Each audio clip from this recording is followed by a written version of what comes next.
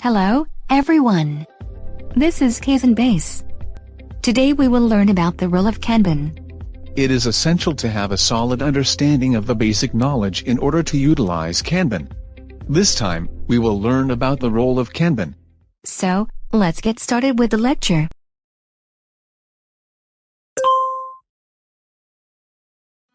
Well, Mio, let's learn about Kanban today. Did you do some research about Kanban? Yes, of course. Kanban refers to a scrap of paper containing information necessary for manufacturing and conveyance. It is one of the tools to realize the two pillars of Toyota production system, just-in-time and automation with human touch. That's right. Now, let's review the two pillars of the Toyota production system and their purposes. Okay, I see.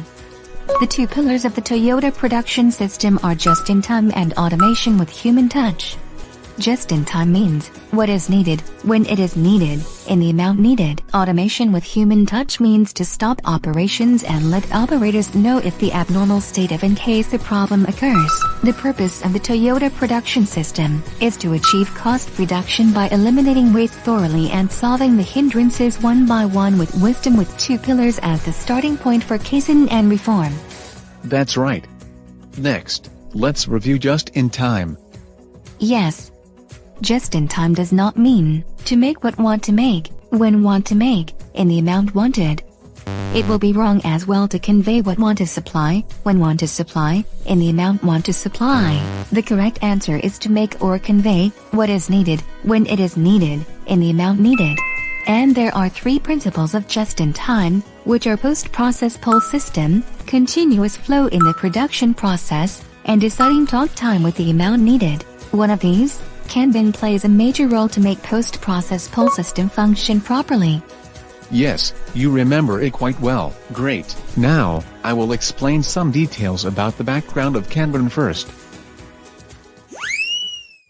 It is said that Kanban originated around 1950. It may be hard to imagine right now, but at that time, inventories were piled up everywhere, even in the automobile factories. For example, the parts materials conveyed from the casting process to the machining process, and the finished engine products conveyed from the engine assembling process to the vehicle assembling process, used to be placed everywhere in the factory.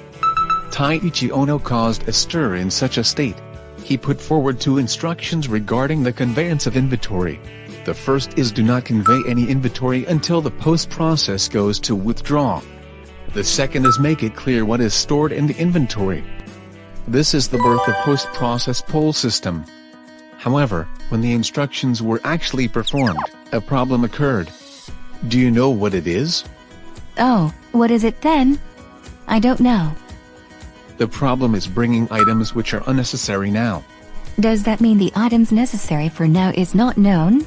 Yes, it is part of the reason, but the main reason is the idea that it's too much of a hassle to withdraw several times, so better to bring all at once even if the items are not necessary now.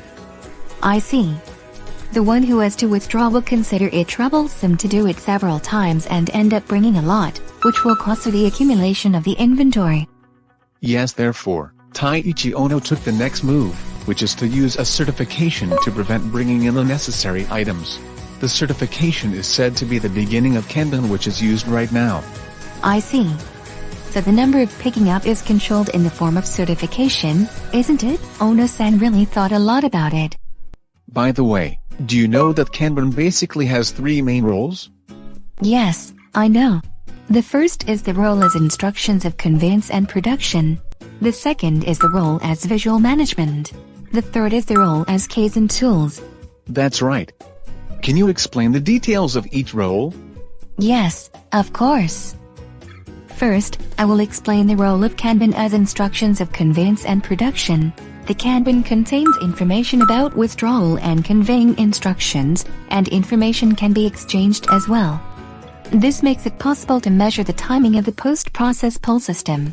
And since it also contains the production instruction information, the production management will be much easier with the pre-process only making the part that is removed from the Kanban. Next is the role of Kanban as visual management. Overproduction and overconveying can be prevented as products won't be made or conveyed unless there is a Kanban. And Kanban as low plays a role as product card, which is surely attached to the actual item so that anyone can see it at a glance. Finally, it is about the role of Kanban as Kaizen tools. As only the required number is listed on the Kanban, extra inventory other than those listed on the Kanban must not be conveyed. Therefore, if defective products are frequently mixed, the pre-process always has to supply the deficiency. In other words, the zone control is promoted by a system that will make the process of producing defective products have a self-reflection. And Kanban surely plays a role in making the inventory management and problems become apparent. It will be possible to realize high-level lines with few abnormalities and make problems apparent by reducing the number of Kanbans. Great. You have explained the three roles very well.